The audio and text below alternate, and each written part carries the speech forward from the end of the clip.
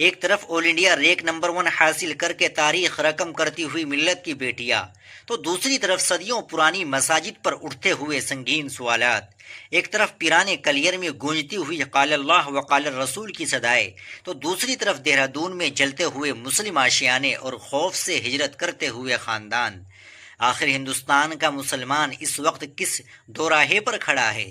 کیا یہ کامیابیوں کا آغاز ہے یا کسی بڑے طوفان کا پیش خیمہ؟ السلام علیکم ورحمۃ اللہ وبرکاتہ۔ ناظرین اکرام، ملت اسلامیہ ہند اس وقت تاریخ کے ایک ایسے نازک موڑ پر ہے جہاں ایک طرف بڑے مسائل اور سنگین چیلنجز کا پہاڑ ہے، تو دوسری طرف اسی قوم کے نونہال اپنی محنت، لگن اور غیر معمولی صلاحیتوں کے بلبوتے پر کامیابیوں کی نئی تاریخ رقم کر رہے ہیں۔ آج کی پہلی بڑی اور خوش آئند خبر ریاست بہار سے ہے، جہاں کی بیٹی سکینہ اقبال نے ملک کی مائع ناز علی گڑھ مسلم یونیورسٹی کے کلاس 6 کے داخلہ امتحان میں آل انڈیا رینک نمبر 1 حاصل کر کے پوری ملت کا سر فخر سے بلند کر دیا ہے۔ علی گڑھ مسلم یونیورسٹی، جو بر صغیر میں مسلم تعلیمی بیداری کا سب سے بڑا مرکز مانی جاتی ہے، اس کے مسابقتی امتحانات میں ملک بھر سے ہزاروں ذہین طلبہ حصہ لیتے ہیں۔ ایسے سخت مقابلے میں پہلی پوزیشن حاصل کرنا یہ ثابت کرتا ہے کہ اگر مسلم بچوں، بالخصوص لڑکیوں کو مناسب موقع اور سرپرستی ملے تو وہ ہر میدان میں اپنی صلاحیتوں کا لوہا منوا سکتی ہے۔ سکینہ اقبال کی یہ کامیابی نہ صرف ان کے خاندان بلکہ پورے بہار اور ملت اسلامیہ کے لیے ایک روشن مثال اور تحریک ہے۔ ناظرین، ایک طرف جہاں ہماری نوجوان نسل دنیاوی تعلیم میں کمال حاصل کر رہی ہے، تو دوسری طرف دینی علوم کے تحفظ اور فضلاء کرام کی حوصلہ افزائی کا سلسلہ بھی بھرپور آب و تاب کے ساتھ جاری ہے۔ ہماری دوسری اہم خبر ریاست اتراکھنڈ سے ہے، جہاں جمعیت علماء ہند صوبہ اتراکھنڈ کے زیر اہتمام ایک عظیم الشان اور بابرکت تقریب کا انعقاد کیا جا رہا ہے۔ یہ تقریب ریاست اتراکھنڈ کے ان فضلاء کرام کے اعزاز میں منعقد کی جا رہی ہے جنہوں نے حال ہی میں دورۂ حدیث شریف سے فراغت حاصل کی ہے۔ اس اہم ترین پروگرام کے مہمان خصوصی قائد ملت امیر الہند حضرت مولانا سید ارشد مدنی صاحب دامت برکاتہم صدر جمعیت علماء ہند ہوں گے۔ یہ پروگرام 23 جون سن 2026 کو بروز منگل بعد نماز عصر پیرانے کلیئر ضلع ہردوار میں واقع جمعیت کے دفتر میں منعقد ہوگا۔ اس تقریب کا مقصد نہ صرف نئے فارغ التحصیل علماء کی حوصلہ افزائی کرنا ہے، بلکہ آنے والی نسلوں میں علم دین کے ذوق کو فروغ دینا ہے۔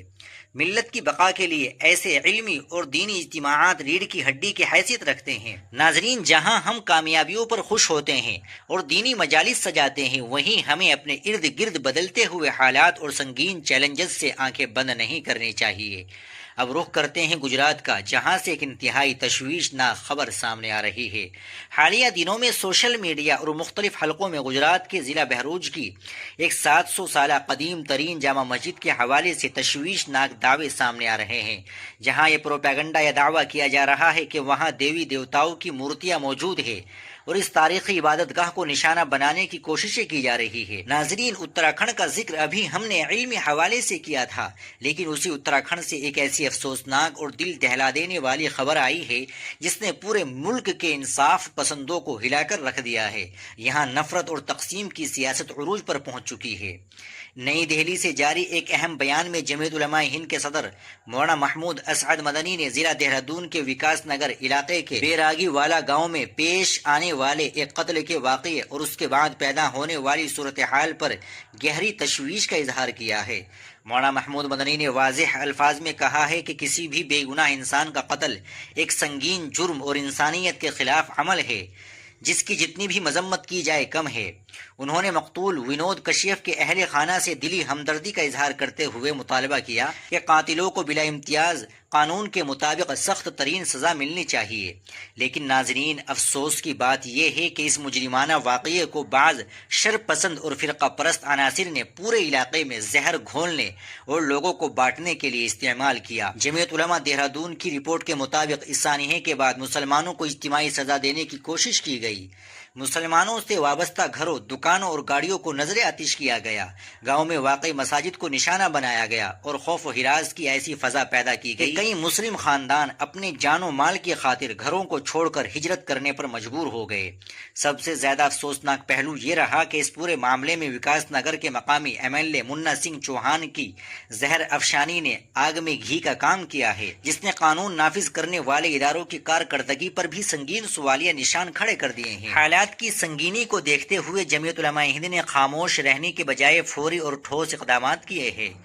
دہرادون سے آئے ہوئے ایک اعلیٰ سطح کے وفد نے، جس میں مولانا معصوم قاسمی، مولانا گلشیر، مفتی خوشنود علی، مفتی ناظم اشرف اور مولانا نور الہی شامل تھے، نئی دہلی میں صدر جمعیت مولانا محمود مدنی سے ملاقات کی اور تفصیلی تحریری رپورٹ پیش کی۔ اس کے فوراً بعد جمعیت علماء ہند کی جانب سے مرکزی وزیر داخلہ امت شاہ کو ایک تفصیلی مکتوب ارسال کیا گیا، جس کے نقول اتراکھنڈ کے گورنر، وزیر اعلیٰ اور DGP کو بھی بھیجی گئی ہے۔ مکتوب میں یہ اہم مطالبات کیے گئے ہیں: قتل کے مقدمے کی غیر جانبدارانہ اور شفاف تحقیقات کرائی جائے اور اصل مجرموں کو سخت سزا دی جائے، فرقہ وارانہ تشدد، نفرت انگیز تقاریر اور اشتعال انگیز سرگرمیوں پر فوری روک لگائی جائے، خوف کے باعث نقل مکانی کرنے والے خاندانوں کی محفوظ واپسی اور ان کے جان و مال کا تحفظ یقینی بنایا جائے، آتش زنی، توڑ پھوڑ اور مذہبی مقامات پر حملوں کی آزادانہ انکوائری ہو اور متاثرین کو مناسب معاوضہ دیا جائے۔ مولانا محمود مدنی نے اس بات پر بھی گہری تشویش کا اظہار کیا ہے کہ ملزم کے مکان پر بغیر کسی قانونی تقاضوں کے محض فرقہ وارانہ دباؤ کے تحت بلڈوزر کارروائی کی گئی۔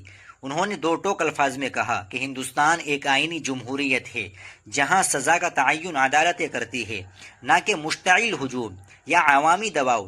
قانون سے ماوراء ایسی کوئی بھی کارروائی آئین ہند اور قانون کی حکمرانی کے بنیادی اصولوں کے منافی ہے، جس سے عوام کا نظام انصاف پر سے اعتماد اٹھ جاتا ہے۔ ناظرین، آج کی ان تمام خبروں کا اگر ہم گہرائی سے تجزیہ کریں تو یہ بات روز روشن کی طرح عیا ہو جاتی ہے کہ ملک کے موجودہ حالات میں ملت اسلامیہ ہند ایک انتہائی نازک موڑ اور دو راہے پر کھڑی ہے۔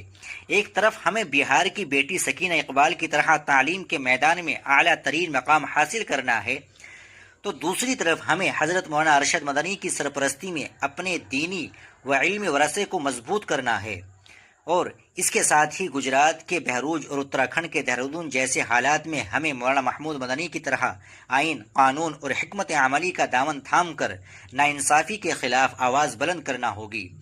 نفرت اور تقسیم کی سیاست کا مقابلہ صرف تعلیم، اتحاد اور قانونی جد و جہد سے ہی ممکن ہے۔ آئیے دعا کریں کہ اللہ تعالیٰ مقتول کے لواحقین کو صبر جمیل عطا فرمائے، دہرادون اور ملک کے تمام متاثرہ علاقوں میں امن و امان بحال فرمائے اور تمام شہریوں کو اتحاد اور آئینی اقدار کے تحفظ کی توفیق عطا فرمائے، آمین۔ ناظرین، آپ ان تمام خبروں کے تعلق سے کیا کہنا چاہیں گے کمنٹ باکس میں ضرور بتائیے گا۔ ویڈیو کو لائک اور شیئر بھی ضرور کر دیجیے گا۔ آپ ہمارے چینل پر نئے ہو تو چینل کو ضرور سبسکرائب کر لیجیے گا۔ السلام علیکم ورحمۃ اللہ وبرکاتہ۔